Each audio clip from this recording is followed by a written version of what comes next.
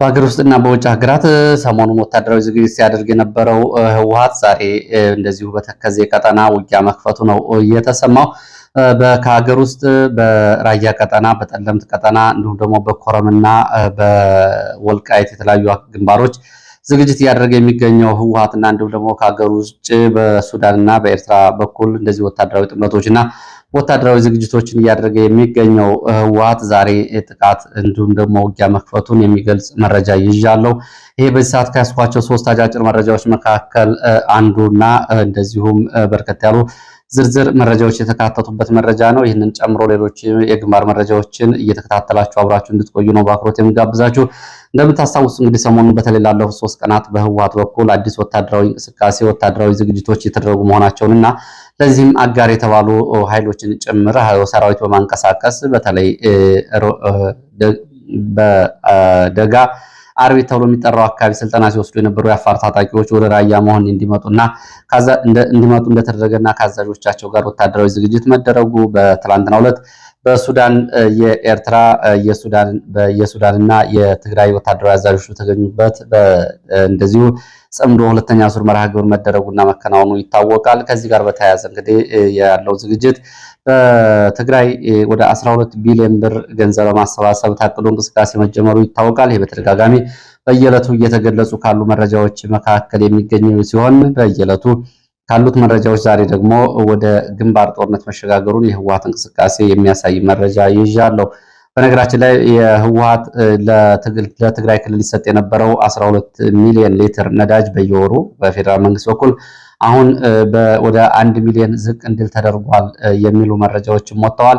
ለዚህም ደግሞ የድጎማ በጀትም እስካሁን ድረስ አልተለቀቀም። ባለፈው ጀነራል ታደሰ ወረደ ወደ አዲስ አበባ መጥተው ይለቀቃል የሚል ስምምነት ላይ ቢደረስም እስካሁን አለመለቀቁን የሚገልጹ መረጃዎች ናቸው ያሉት። ከዚህ በተቃራኒው ህወሓትም ያለው ወታደራዊ ዝግጅት ጀነራሎቹ እንደዚሁ ደግሞ የኃላፊነትና አዳዲስ ድልድሎችን የአርሚ የኮር እንዲሁም ደግሞ የክፍለ ጦር አዛዦች አዲስ ማጥራትና ስምሪት በሚል እንቅስቃሴ ያደረገ መሆኑ ይታወቃል። ዛሬ እንግዲህ ከሰሞኑ መረጃዎች የቀጠለው ዛሬ ህወሓት ጥቃት የከፈተበትን አካባቢ የተመለከቱ መረጃዎችን ጨምሮ ፋኖ በሌሊት በወታደራዊ ካምፕና ወደ ከተማ ዘልቆ መግባት የፈጸመውን የሌሊት ኦፕሬሽኑን ደግሞ የሌሊት ዘመቻ ጨምሮ የተለያዩ መረጃዎችን በዚህ ሰዓት የምትሰሙ ይሆናል። ሀሳብ አስተያየት ቢኖራችሁ ጥቆማ ዜናችን @gmail.com ላይ ታደርሱ ትችላላችሁ። እነዚህን አጫጭር መረጃዎች እየተከታተላችሁ እስከ መጨረሻው አብራችሁ እንድትቆዩ ነው በአክብሮት የሚጋብዛችሁ። እነዚህ እንግዲህ ዛሬ እንደ ወትሮ ሰፊ መረጃዎች አይደሉም። ዋና ዋና መረጃዎቹን በአጭር ጊዜ ወደ እናንተ አደርሳለሁ። እንግዲህ እንደ መረጃ ምንጮቹ ከሆነ ዛሬ በህወሓት በአራት ግንባሮች እንቅስቃሴ ካደረገ በኋላ ነው ጥቃት እየከፈተው። ሁለት ላይ ለ2 ሰዓታት የቆየ ውጊያ መደረጉን የሚያሳዩ መረጃዎች ወጥተዋል። ሰሞኑን መጠነ ሰፊ ዝግጅት እያደረገ ያለው ህወሓት ዛሬ በጥቃት መክፈቱ ተሰምቷል። በሱዳን ከሀገር ውጭ እንዲሁም ደግሞ በኤርትራ ከሀገር ውጭ ያደረገውን ዝግጅት እንዲሁም ደግሞ በሀገር ውስጥ በተለያዩ ግንባሮች ዝግጅት እያደረገ ያለው ህወሓት ዛሬ በአራት ግንባሮች ኃይል በማንቀሳቀስ በሁለት ቦታዎች ላይ ጥቃት መክፈቱ ነው እየተሰማው። እንግዲህ ሰሞኑን በአፋር ግንባር ራያ መሆኒ፣ በኮረም ግንባር እንዲሁም ደግሞ በዛታና በሰቆጣ መስመር፣ በወልቃይት ግንባር ደግሞ ያሉት እንቅስቃሴዎች በተደጋጋሚ እየተከታተል ነው እየቆየ ነው። ከሱዳን ሸረሪና ከሽራሮ ወደ ወልቃይት፣ ከጸሊሞይ ከደደቢት ወደ ወልቃይት አቅጣጫ በኩልም እንደዚሁ መጠነ ሰፊ ዝግጅት መደረጉን መረጃዎቹ ይጠቁማሉ። እንግዲህ በህወሓት የወታደራዊ ዝግጅት ጥር 17 ይጀመራል ተብሎ የነበረው ዝግጅት ዛሬ እንግዲህ የሙከራ ውጊያ ማድረጉ ነው የተገለጸው። በትላንትናው ዕለት ይጀመራል። የካቲት 11ን አሁን 2018 የሚከበረውን የህወሓት ምስረታ አስመልክቶ ወልቃይትና ሁመራን ከያዝን በኋላ ወደ ነፃ ሀገር እንሄዳለን፣ በዛው የካቲት 11 እናከብራለን የሚል ዝግጅት ተይዞ ነው እንቅስቃሴ እየተደረገ ያለው። በዚህ እንግዲህ ዛሬ በተለይ በተከዜ ግንባሮች የህወሓት ሰራዊት በመንቀሳቀስ በአራት አቅጣጫዎች ተንቀሳቅሶ በሁለት ቦታዎች ላይ ውጊያ ከፍቷል ያሉት የመረጃ ምንጮች፣ ይህም በምስራቅ ጠለምት ታንሾ ምድር ተብሎ የሚጠራው አካባቢ ዛሬ ከሌሊት ጀምሮ ኃይል ያንቀሳቀሱ ሲሆን በተከዜ ፍራፍራ መደማምር ተብሎ የሚጠራው ሁለተኛው አቅጣጫም እንደዚሁ በዚህ ኃይል ያንቀሳቀሱበት ነው። ሶስተኛው ዛና ተብሎ የሚጠራው በኩል ወደ ምንጫራ ተብሎ ወደሚጠራ አካባቢ ነው ኃይል ያንቀሳቀሱት። አራተኛው በደብረ አባይ በኩል ወደ ዋልድባ ተሻግረው ማይተክሊት፣ አፍንጫ ኤፍሬም በኩል ኃይል አንቀሳቅሰዋል። እንግዲህ ከላይ በተገለጹት በአራት አቅጣጫዎች ኃይል ካንቀሳቀሱ በኋላ እና ሌሊቱን ኃይል ካስጠጉ በኋላ ነው ዛሬ እኩለ ቀን ላይ ማይተክሊት ተብሎ የሚጠራው ቀጠና በተለይ ልዩ ቦታው አዲ ማይዳጉሲት ተብሎ የሚጠራ ቀበሌ ላይ ውጊያ የከፈቱት። ሁለት ቦታዎች ላይ ነው እንግዲህ ለ2 ሰዓታት የቆየ ተኩስና ውጊያ ነበር የተባለው። ይሄ ልዩ ቦታው በተለይ አፍንጫ ኤፍሬም ተብሎ የሚጠራ አካባቢ ውጊያ ከፍተው ከመከላከያ ከአካባቢ ሚሊሻ ጋር ለ2 ሰዓታት የዘለቀ ውጊያ ተደርጓል። እንደ መረጃ ምንጮቹ ከሆነ አዲ ማይዳጉሲት አፍንጫ ኤፍሬም አካባቢ ቀድሞ ጥቃት የከፈቱት የህወሓት ታጣቂዎች ናቸው። በዚህ ጥቃት እንግዲህ የቡድን መሳሪያዎችንም ጭምር ተጠቅመዋል። ሞርተር፣ ዲሽቃን ጨምሮ እንደዚሁ መተኮሳቸው ነው የተገለጸው። በዚህ የአርሚ 11 ተብሎ የሚጠራው የህወሓት ታጣቂ ነው እና ከዚህ ውስጥ የሚገኙ ሻለቆች ናቸው ጥቃት የከፈቱት። በአርሚ 11 ባድመ ክፍለ ጦር እየተባለ የሚጠራው የህወሓት ታጣቂ ወደ አፍንጫ ኤፍሬም በመዝለቅ ጥቃት መክፈቱ ነው የተሰማው። ዛሬ እኩለ ቀን ላይ ነው ይሄ የሆነው። በውጊያው መከላከያ ከማይጠምሪ እንዲሁም ደግሞ ከማይጠምሪ በዚህ ቀጠና የሰፈረው የሰሜን እዝ ኃይል አንቀሳቅሷል። መካናይዝድ እና እግረኛ ማንቀሳቀስ ያጸፋ ምላሽ ሰጥቷል። ለ2 ሰዓታት ተኩስ እንደነበር የገለጹት የመረጃ ምንጮቹ አርሚ 11 ወይም ደግሞ ባድመ ክፍለ ጦር እየተባለ የሚጠራው የህወሓት ታጣቂዎች እና በመከላከያ በአካባቢ ሚሊሻ መካከል በተደረገው ውጊያ በሚሊሻም በመከላከያም በህወሓት ታጣቂዎችም የደረሰው ጉዳት በዝርዝር ግን አልታወቀም ነው ያሉት እንደ መረጃ ምንጮቹ ዛሬ አርሚ 11 ተብሎ የሚጠራው የህወሓት ታጣቂ ወይም ደግሞ ባድመ ክፍለ ጦር ማለት ነው የከፈተው ውጊያ ካለው የህወሓት ሰሞነኛ መጠነ ሰፊ ዝግጅት አንጻር የዛሬው ውጊያ የኃይል ወይም ደግሞ የሙከራ ውጊያ ተደርጎ ሊታይ ይችላል ብለዋል። የህወሓት ታጣቂዎች ወደ ኋላ ወጥተዋል። ከውጊያው በኋላ ወደ አዲ ማይዳጉሲት ተብሎ ወደሚጠራው አካባቢ ነው የወጡት። ወደ ዋልድባ፣ ጠለምት፣ ማይጠምሪ ድረስ እንደዚሁ ውጊያው ይሰማ እንደነበርና የቡድን መሳሪያ ተኩሶቹ በእነዚህ አካባቢዎች ከዋልድባ ገዳማት ድረስ ይሰማ እንደነበር ከአካባቢ የወጡ መረጃዎች ያሳያሉ። እንግዲህ በዚህ ቀጠና ያለውን የዛሬውን ሁኔታ በተመለከተ ይህ ውጊያ ከመደረጉ ቀደም ብሎ በዚህ አካባቢ የሚንቀሳቀሱ የህወሓት ታጣቂዎች አሉ።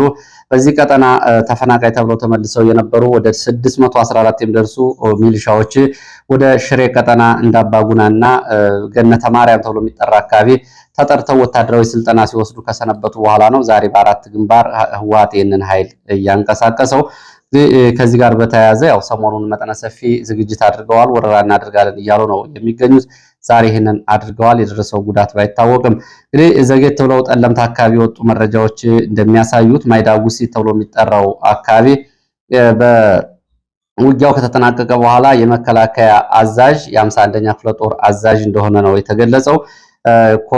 ኮሎኔል ደረጀ ኩምሳ ከህወሓት የባድመ ክፍለ ጦር የአርሚ 11 አዛዦች ጋር ለመነጋገር ወደ አካባቢው ከአመሻሹን ተንቀሳቅሷል። በተለይ አፍንጫ ኤፍሬም አካባቢ ወደ ተባለው ቦታ ነው የተንቀሳቀሰው። ኮሎኔል ደረጀ ኩምሳ የ51ኛ ክፍለ ጦር የአዛዥ ሲሆን በህወሓት በኩል የአርሚ 11 እንዲሁም ደግሞ የባድመ ክፍለ ጦር እንዲሁም ደግሞ ከቀይ ኮከብ ተብሎ ከሚጠራው ክፍለ ጦራቸው በኩል የተውጣጡ የህወሓት ታጣቂ አዛዦችም ወደ ቦታው ከሰዓት በኋላ መንቀሳቀሳቸው ተሰምቷል። ከዚህ ጋር በተያያዘ እንግዲህ ሌላ የአካባቢው የመረጃ ምንጮች የሚሉት ምንድነው? በዚህ መረጃ እንግዲህ ፖለቲካዊ ደባና ሴራዎቹን ወይም ደግሞ የማንነት ጥያቄዎቹ ላይ ያለው የፖለቲካ ጉዳይ እንዳለ ሆኖ በአካባቢው የሚሰማሩት ወታደራዊ አዛዦች ሆን ተብሎ የአማራ ተወላጆች እንዳይደረጉ ተደርጓል ነው የሚሉት። ከዚህ በፊት በራያ ቀጠና የራያ አለማጣ ኮማንድ ፖስትን የሚመራው ኮሎኔል አህመድን ጨምሮ በዚህ ቀጠናም በጠለምት ኮማንድ ፖስቱን የሚመራው ኮሎኔል ደረጀ ኩምሳ እነዚህ ሰዎች እንግዲህ በአካባቢው የአማራ ተወላጆች በመከላከያ ኃላፊነት ውስጥ መሪነት እንዳይኖሩና ቢያንስ የህወሓት ታጣቂዎች ዕለታዊ ግፍና ሰቆቃ የሚፈጽሙበትን ሁኔታ በኮማንድ ፖስት ማስቆም እንዳይችሉ ሆን ተብሎ የሚደረግ ስምሪት እንደሆነ ነው እየተገለጸ ያለው። እንግዲህ ከዚህ ጋር በተያያዘ ምንም እንኳ እነዚህ ወታደራዊ አዛዦች አጠቃላይ የብልጽግናን ፖለቲካዊ አቋምና ፖለቲካዊ ፍላጎትን በኃይል የሚያስፈጽሙ ቢሆንም ግን ደግሞ ከአዛዦች ስምሪት ጀምሮ ይሄን በነ ብርሃኑ ጁላ ፊልድ ማርሻል ብርሃኑ ጁላ በኩል የተሰራ ሴራ ነው። ኮሎኔል አህመድ ራያና አካባቢው የህወሓት ታጣቂዎች ኮማንድ ፖስቱን ተላልፈው ለሚፈጽሟቸው ግፍና ሰቆቃዎች ድጋፍ ከመስጠት ባለፈ የአካባቢውን ህዝብ አልተከላከለም የሚል መጠነ ሰፊ እንደዚሁ ወቀሳ ይቀርባል።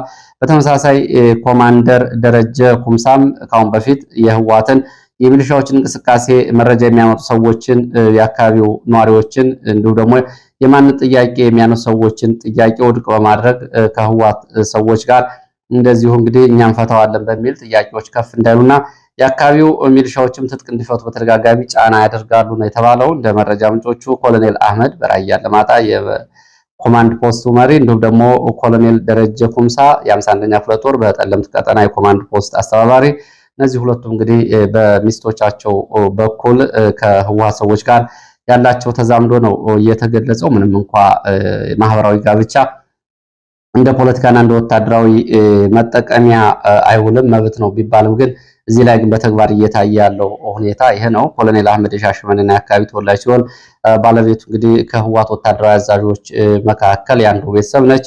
በተመሳሳይ የኮሎኔል ኩምሳ ደረጀም የተሰማው እንደዚሁ ነው።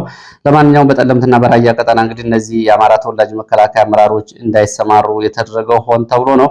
ጉዳዩ ፖለቲካዊ አሻጥር ያለበት ቢሆንም የአማራ ተወላጅ የሆኑ አዛዦች እንዳይመደቡ በማድረግ ቢያንስ በየዕለቱ በህዝብ ላይ የህወሓት ታጣቂዎች የሚያደርሱን ግፍና ሰቆቃ ማስቆም አልተቻለም። የራያ የመከላከያ ኮማንድ ፖስት አዛዥ ኮሎኔል አህመድ፣ የጠለምት ግንባር አዛዥ ኮሎኔል ደረጀ ኩምሳ ሁለቱም እንግዲህ በተመሳሳይ ከህወሓት ጋር የጋብቻ ትስስር ያላቸውና ከህወሓት ሰዎች ጋር በየዕለቱ መረጃዎችን የሚለዋወጡ ነው። ከአንዳንዶቹ ጋር እንደዚሁም የጦር መሳሪያ ዝውውርና ተያያዥ መረጃዎችም አብረው ወጥተዋል። ወደፊት በዝርዝር የሚመለስባቸው ይሆናል። በዚህ በሌላው ቀጠና እንግዲህ ከጠለምት ባሻገር በተመሳሳይ በኮረም ቀጠና ራያ መሆኒ በርተክ ላይ በራያ ቀጠና ማለት ነው ከጉምብርዳ ራያ ባላ የህወሓት ከሳብ በኋላ አዳዲስ እንቅስቃሴዎች አሉ። የቡድን መሳሪያዎችን በአደባባይ እያጓጓዙ ነው ወደ ግንባር። ዋና ግንባር ሆኖ ግን የሚጠበቀው የወልቃይት ግንባር እንደሚሆን መረጃዎች ያሳያሉ። ኮሎኔል ገብረ ጻዲቅ አዴት ተብሎ የሚጠራው የህወሓት ቃል አቀባይ ወልቃይትን ይዘን በቅርቡ ወደ ነፃነገርነት እንሄዳለን የሚል አስተያየት ከሁለት ቀናት በፊት መስጠቱ ይታወቃል። ዝግጅቱ አጠቃላይ ለዚህ ነው። ቲፒኤፍ ተብሎ የሚጠራው የህወሓት ታጣቂ የህወሓት እንደዚሁ የሚቃወመው ታጣቂ ኃይል ኮረም አካባቢ እንቅስቃሴ አድርጓል። የትግራይ ሰላም ኃይል ወይም ደግሞ ቲፒኤፍ እየተባለ የሚጠራው ታጣቂ ኃይል የማህበራዊ ሚዲያ አስተባባሪዎች መካከል አንዱና ተጽዕኖ ፈጣሪ የሆነው ለህወሓት እጅ መስጠቱን ነው መረጃዎቹ እየጠቆሙት። ህወሓት ደግሞ በሌላ በኩል ከትግራይ የሰላም ኃይል ወይ ደግሞ ቲፒኤፍ ተብሎ ከሚጠራው ኃይል ጋር ግንኙነት አላቸው ያላቸውን 37 ወታደራዊና ሲቪል አመራሮች በቁጥጥር ስር እንዲውሉ እያደረገ ነው። ቀሪ 11 የሚሆኑ በህወሓት ታጣቂዎች ኃላፊነት ውስጥ ያሉ ሰዎችም እንደዚሁ በቁጥጥር ስር እንዲውሉ ክትትል እየተደረገባቸው ነው። ቀደም ብሎ እንግዲህ በቁጥጥር ስር የዋለው ጀነራል ጉሽ እንግዲህ እስካሁን ድረስ ፍርድ ቤት አልቀረበም። ጉዳዩ በትግራይ ፖለቲከኞች እና በተቃዋሚዎች መነጋገሪያ መሆኑ ይታወቃል። ወደ ሌሎች መረጃዎች ከመሄድ በፊት እንግዲህ ዩናይትድ አረብ ኤሚሬትስ በአፍሪካ ቀንድ ቀጠና በሱዳን፣ በኢትዮጵያ፣ በሶማሊያ ያላትን አጠቃላይ እና በየመን ያላትን ጣልቃ ገብነትና ወታደራዊ ስምሪቶችን እስከ ቅጥረኛ ወታደሮች ከላቲን አሜሪካ ኮሎምቢያ ድረስ በማምጣት በሱዳን ጦርነት እያሳተፈች መሆኑ በተደጋጋሚ የተገለጸ ጉዳይ ነው። አሁን በአንድ የወጣ መረጃ ዩናይትድ አረብ ኤሚሬትስ ለኢትዮጵያ ግዙፍ የሚባል ወታደራዊ ድጋፍ ልታደርግ ነው የሚል መረጃ ወጥቷል። እንግዲህ እስካሁን ስታደርጋቸው ከነበሩት ወታደራዊ ድጋፎችም ይሄኛው በቁጥርም በአሃዛዊ መረጃዎችም ከፍ ያለ ነው።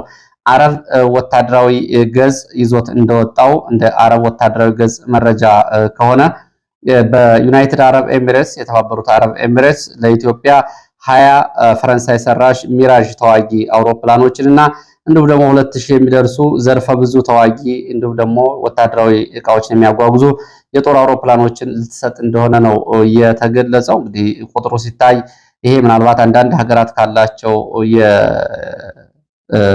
የአየር ኃይል ወይም ደግሞ ተዋጊ አውሮፕላኖችና የጦር አውሮፕላኖች ቁሳቁሶች በእጅጉ ቁጥሩ ከፍ ያለ ነው። እንግዲህ ወደፊት የሚታይ ነው። አረብ ሚሊተሪ የተባለ ገጽ ግን ይህንን ዘገባ ይዞ ወጥቷል። እንግዲህ ላለፉት 5 ዓመታት ኢትዮጵያና አረብ ኤሚሬትስ የተስማሙትን ወታደራዊ ስትራቴጂካዊ ድጋፍ ተከትሎ በትግራይም አሁን በአማራም በኦሮሚያም ለነበሩ ጦርነቶች ከድሮን እስከ ተተኳሽ በማቅረብ በንጹሃን ላይ ለደረሱ ግፍና ሰቆቃዎች ያው አረብ ኤሚሬትስ በዋናነት በብዙ ኢትዮጵያውያን ዘንድ እንደ ተጠያቂ ሀገር የምትታይ ነች። ያው ጥቅሟን ለማስከበር በሚል በሱዳን ቀውስም የምታደርገውን በተመሳሳይ በኢትዮጵያም እያደረገች ነው። በሱዳን እንግዲህ ለወርቅ ንግድ ሲባል ሱዳንን ወደ ሁለት ሀገር እየከፈለች የምትገኝ ሀገር ነች። በመሃል አንድ የጤና መረጃ ላድርስ። ባለፈው መነጋገሪያ ሆኖና ስጋት ፈጥሮ የነበረው ማርበርግ ቫይረስን ኢትዮጵያ ስለመቆጣጠሯ የሚገልጽ መረጃ ወጥቷል። በጤና ጥበቃ በኩል ይህንን በሽታው በቁጥጥር ስር ውሏል የሚለውን የዓለም ጤና ድርጅት እንዲያረጋግጥ እንደዚሁ ይጠበቃል። በዚህ የማርበርግ በተባለው ቫይረስ በኢትዮጵያ ውስጥ 11 ሰዎች እንደሞቱ የመንግስት ሚዲያዎች ቢገልጹም የጤና ባለሙያዎቹ ቁጥሩ ከዚህ ከፍ ይላል ሲሉ ነው የሚገልጹት። ወደ ሌሎች መረጃዎች ሲሄድ የፋኖ መረጃ አስከትላለሁ። በምዕራብ ወሎ መካነ ሰላም በሌሊት በወታደራዊ ካምፕ ላይ ጥቃት ተፈጽሟል። በቦረና ሳይንት ወረዳ መካነ ሰላም ከተማ በአራት አቅጣጫ ወደ ከተማው በመግባት ነው ፋኖ ጥቃት እንደፈጸመ ለማወቅ የተቻለው። የፋኖ የመረጃ ምንጮች በውጊያ ሪፖርት ላይ እንደገለጹት የሰሜን ምስራቅ እዝ 801ኛ ኮር 43ኛ ክፍለ ጦር ከመከላከያ እንዲሁም ደግሞ የሚሊሻና የአድማ ብተና የፖሊስ አባላት በከተሞቹ በካምፖች እንዲሁም ደግሞ በጥበቃ ኬላዎች ላይ ሳሉ ነው አራት አቅጣጫዎች ጥቃት የተከፈተው። በተከፈተው ጥቃት የደረሰው ጉዳት በዝርዝር አልታወቀም። በተለይ ኔትወርክ ተብሎ የሚጠራው አካባቢ በጊዜያዊ ካምፕ ላይ ከሶየና ከአየር ማረፊያ አቅጣጫ በመግባት ፋኖ በፈጸመው ጥቃት ጉዳት ደርሷል። የጉዳቱ መጠን በዝርዝር ባይገለጽም በዚህ መከላከያ አድማ ብተናና ሚሊሻ በጥቃቱ ካምፑን ለቀው ወጥተዋል። ፋኖም ካምፕ ውስጥ የነበሩ ተተኳሽ እንዲሁም ደግሞ ሌሎች ወታደራዊ ሎጂስቲኮችን ይዞ ወጥቷል። ወደዚህ ወደ ምዕራብ ወሎ እንግዲህ ባለፈው ከሁለት ሳምንት በፊት በ11 ወረዳዎች በ8 ወረዳዎች በ11 ግንባሮች በተደረገ ውጊያ መቅደላ፣ ተንታጅባርን ጨምሮ እስከ ከላላ በፋኖ ቁጥጥር ስር መዋላቸውን ተከትሎ በዚህ ግንባር አዲስ ዘመቻ በሚል የ11ኛ እዝ አዲሱ የተቋቋመው እዝ ማለት ነው ወደዚህ ከሰሜን ወሎ ሐራ፣ መርሳና ውርጌሳ አካባቢ ኃይል እያጓጓዘ ሲሆን ተጨማሪ ኃይል ከሸዋም አየር ኃይል ወደ አካባቢው መንቀሳቀሱ ይታወቃል። ይህንን ተከትሎ በተለያዩ አካባቢዎች እንግዲህ ወታደራዊ ውጥረቶችና ስምሪቶች አሉ። ከደሴ ከኮምቦልቻ በየቀኑ ከ15 እስከ 20 የሚደርሱ ወታደሮችን የጫኑ ተሽከርካሪዎች ወደ አካባቢው እንዲሁም ደግሞ የቡድን መሳሪያዎችንም ጭምር እያጓጓዙ መሆናቸው ነው የተገለጸው። ለሰዓት እንግዲህ ያስኳቸው አጫጭር መረጃዎች እነዚህ ናቸው። ስለተከታተላችሁ በእጅጉ አመሰግናለሁ። በሌላ ተመሳሳይ መርሃ ግብር እስከምንገናኝ ድረስ ለምኖራችሁ ሀሳብ፣ አስተያየት፣ ጥቆማ ዜና@gmail.com ልትጠቀሙ ትችላላችሁ። በይዘቶች ላይ እንዲሁም ደግሞ በአጠቃላይ በፕሮግራሞች ላይ ስለሚሰጡኝ አስተያየት በእጅጉ ነው የማመሰግነው። በተለያዩ አካባቢዎች እንግዲህ በተለይ ከኑሮ ውድነት አንጻር ጋር በተያያዘ እንደዚሁ መልእክቶችን አድርሳችሁኛል።